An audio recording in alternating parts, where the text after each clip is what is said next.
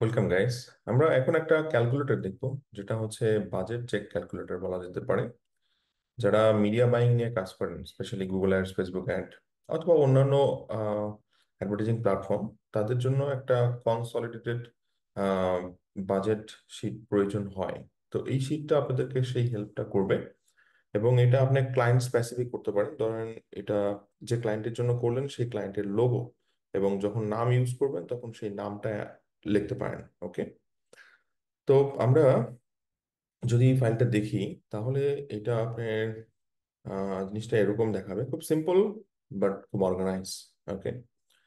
তো এখানে আপনার লোগো অ্যাড করবেন, সরি ক্লায়েন্টের লোগো অ্যাড করবেন, অ্যাট দ্য সেম টাইম এখানে আপনার কোম্পানির লোগো অ্যাড করবেন, দুই পাশে দুইটা। আর এটা যেহেতু মান্থলি, তো ডেফিনেটলি এটা মান্থ ওয়াইজ অ্যাড করবেন। সো এটা এখন যে মান্থ সেটা অ্যাড করবেন, যে সাল সেটা অ্যাড করবেন। ওকে। এরপর আসি রিপোর্টিংটা, অর্থাৎ এই চেকলিস্টটা। সো এখানে দেখেন অ্যাডভার্টাইজিং এর জন্য বাজেট ডিস্ট্রিবিউট করা হয়েছে কোন কোন প্ল্যাটফর্মে: social, Google, Microsoft, affiliation. So অনেক ব্র্যান্ড আছে যারা অ্যাফিলিয়েট মার্কেটিং এ ইনভেস্ট করে, অর্থাৎ তারা অ্যাফিলিয়েট নেটওয়ার্ক আছে চায়, নেটওয়ার্ক গুলোর মধ্যে তারা অফার দিয়ে থাকে, আর যারা অ্যাফিলিয়েট মার্কেটার তাদের প্রোডাক্ট প্রমোট করে। সো সেটার একটা বাজেট। এখন আপনার যদি মনে হয় যে এর বাইরে আপনি আরো জায়গায় ইনভেস্ট করেন, যেমন ধরেন আমি এখানে ইউটিউব অ্যাড দেখতে পাচ্ছি না, সো আপনি ইউটিউব অ্যাড ইনক্লুড করতে পারেন। তো সেক্ষেত্রে আপনাকে জিনিসটা এডিট করে নিতে হবে। তো গুগল শিটের কাজ অথবা এক্সেলের কাজ, এগুলো আপনারা নিজে থেকে পারার কথা। যদি না পারেন তাহলে আহ, ইউটিউব থেকে কিছু ভিডিও দেখে নিন, তাহলে আপনি বুঝতে পারবেন যে কিভাবে এটার মধ্যে রো অ্যাড করবেন, কিভাবে এটার মধ্যে কলাম অ্যাড করবেন। আর কিছু জায়গায় একটু মেনটেন করতে হবে, যেমন এগুলো হচ্ছে স্ট্যাটিক ভ্যালু। স্ট্যাটিক ভ্যালু মানে কি? ধরেন আপনি মেটা অর্থাৎ ফেসবুকের জন্য কত বাজেট সেট করছেন, এখানে ইউরোতে আছে, আপনি এটাকে ডলারে কনভার্ট করে নিন। ওকে। সো দেখেন ফরম্যাট এস কারেন্সি, এটা ইউরো আছে, এটাকে ডলারে কনভার্ট করে নিলে চলবে। দেন পিন্টারেস্টের বাজেট, টিকটকের বাজেট। এখন ধরেন এখানে আপনার লিঙ্কডইনের বাজেট মিসিং, তাহলে আপনাকে একটা রো অ্যাড করে নিতে হবে। আর এগুলো হচ্ছে স্ট্যাটিক। স্ট্যাটিক মানে হচ্ছে আপনি ভ্যালুটা ইনপুট করতেছেন, মানে আপনার ক্লায়েন্টের কাছ থেকে বাজেট আসছে, আপনি সেটা ইনপুট করতেছেন। কিন্তু এখানে তাহলে ফর্মুলা কোথায়? ধরেন আমি একটা জিরো দিয়ে স্টার্ট করতেছি। বাজেট স্পেন্ড এবং রিমেইনিং বাজেট, দুইটা জিনিস এখানে আপনার এই ক্যালকুলেটারে হেল্প করতেছে, রাইট? সো আমি বললাম যে আমি মেটাতে অলরেডি $1,000 খরচ করে ফেলছি। সো যেহেতু $1,000 খরচ করলাম, সো আমার টোটাল বাজেট ছিল মেটাতে $10,000। সো আমার টোটাল হচ্ছে অ্যাডভার্টাইজিং বাজেট অগস্টের জন্য 84,500। এখন এইটা যদি আমি মেটাতে কত পার্সেন্ট পেলাম, এখানে একটা পার্সেন্টেজ আপনি চাইলে বের করে নিতে পারেন, যে ওকে আমি মেটাতে অ্যাকচুয়ালি কত পার্সেন্ট বাজেট পাচ্ছি। দেখেন, ক্যালকুলেটর এটার একটা ফরম্যাট আপনাকে দেওয়া হচ্ছে, আপনি এইটা অনুযায়ী আরো বানায় নিতে পারেন, রাইট? সো আমরা যদি এটা ক্যালকুলেট করি, জিনিসটা এরকম আসে। এখন এইটাকে আপনি পার্সেন্টেজে কনভার্ট করেন, রাইট?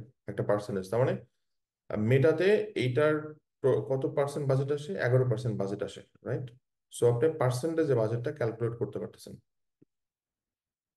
আমি এটাকে ছোট করে দিচ্ছি। সো কত? 12% বাজেট মেটাতে যায়। সো আমরা এটাকে পার্সেন্টেজে কনভার্ট করেন। দেখেন, আপনি যখন বেসিক ম্যাথমেটিক্স পারবেন, আপনি যখন এক্সেল অথবা গুগল শিটের বেসিক কাজগুলো পারবেন, তো অনেক কিছু আমাকে আসলে বলার প্রয়োজন হবে না, আপনারা নিজেরাই এগুলো করে নিতে পারেন। ওকে।